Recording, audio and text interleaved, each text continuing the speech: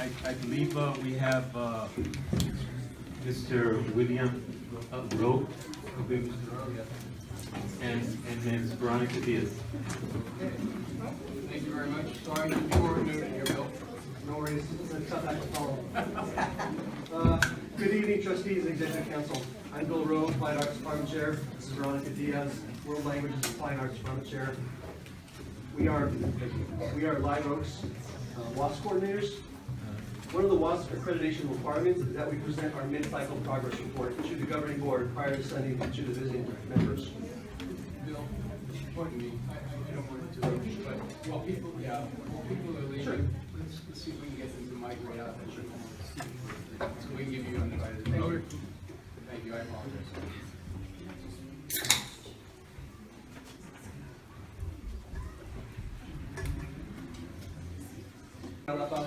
You need me to start over? Okay, 1,100 made up of 45% Hispanic and 39% white students. Of the Hispanic, approximately 7% are language learners, and according to the most recent data, over the last 2 years, 60 additional students were reclassified to fluent English proficient. 22% of our students receive free or reduced lunch.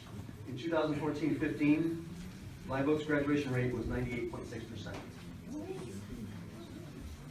In 2013, Live Oak initiated a 6-year WASP accreditation cycle. Two key components of the cycle are the school-wide action plan that Live Oak staff produced to guide us toward improving our students' performance. The second component is called the critical areas of follow-up. These are additional requirements that the WASP visiting committee believes for the staff to also complete. As part of our 6-year accreditation in 2013, a mid-cycle progress report and a 2-day site visit were required. We will be visited in April of this school year by 3 members of the original 2013 WASP visiting committee. They will ascertain our progress made thus far by Live Oak staff towards our action plan and the critical areas of follow-up.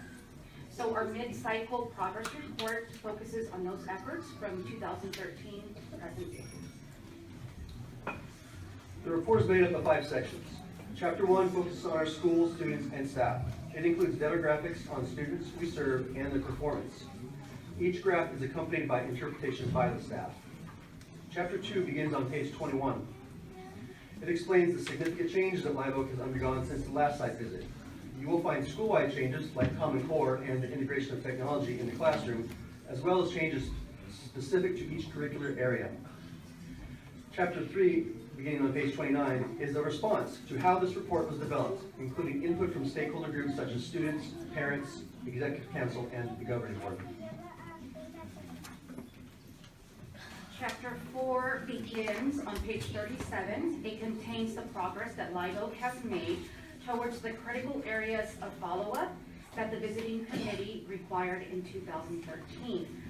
They left us 6 directives encompassing staff development, data analysis, student intervention services, acquisition of technology, and articulation. In chapter 5, beginning on page 47, we focus on our progress towards the 2013 action plan.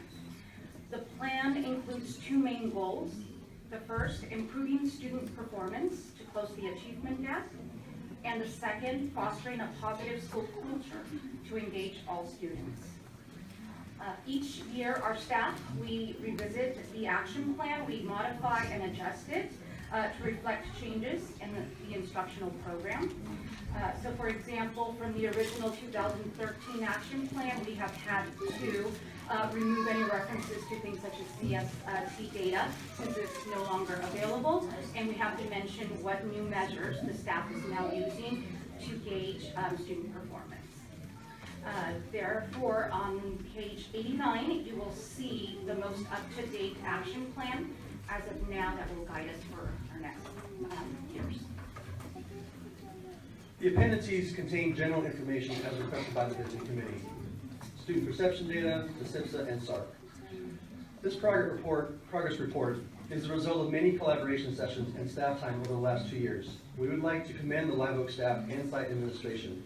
We hope that as you review the report, you will recognize Live Oak's continual dedication to students and their learning. The site visit takes place Sunday, April 24th through Tuesday, April 26th. We are awaiting WASC input regarding the schedule for those days. When confirmed by the committee chairs, we will notify you of the days and times for stakeholder sessions. Are there any questions? Any questions, Jensen? Ladies and gentlemen? May I ask, I was really curious to see what type of action plan that you put in place relative to student achievement and that social aspect that you just spoke about. I'm really interested in those areas. It includes, well, first on the student achievement, we have included cycles that we have called student improvement cycles, and basically that's our component of data analysis. We are looking to see any type of an assessment, formative or summative, how our students are doing, to identify weaknesses. So which students are not doing well and in which areas. Then we make concerted efforts to reteach those using new formats, new activities, new strategies. We reassess, we go through this process until we identify that those initial weaknesses have been remedied, have been clarified. So that's one of our key things. We have also included continual opportunities for professional development that we do both on-site with our own staff and other outside sources that we seek. A common practice within our sites during collaboration is that each department takes a turn in presenting a strategy and activity, whether it be common core, whether it be differentiation, something that they have realized or proven effective in their class, that therefore for the benefit of all of us we can utilize for the sake of all of our students. So those are two. Did you want to add anything for achievement? Regarding the cultural part of it, is that Live Oak has now, going back to the Cinco de Mayo incident, the students at Live Oak created a culture that now exists at Live Oak that is welcoming and positive. And the staff and site administration work really hard to foster that and continue to have them engaged in that kind of positive behavior. We have student voices, which is a demographically diverse group of students that informs administration on site and school issues. Freshman mentoring.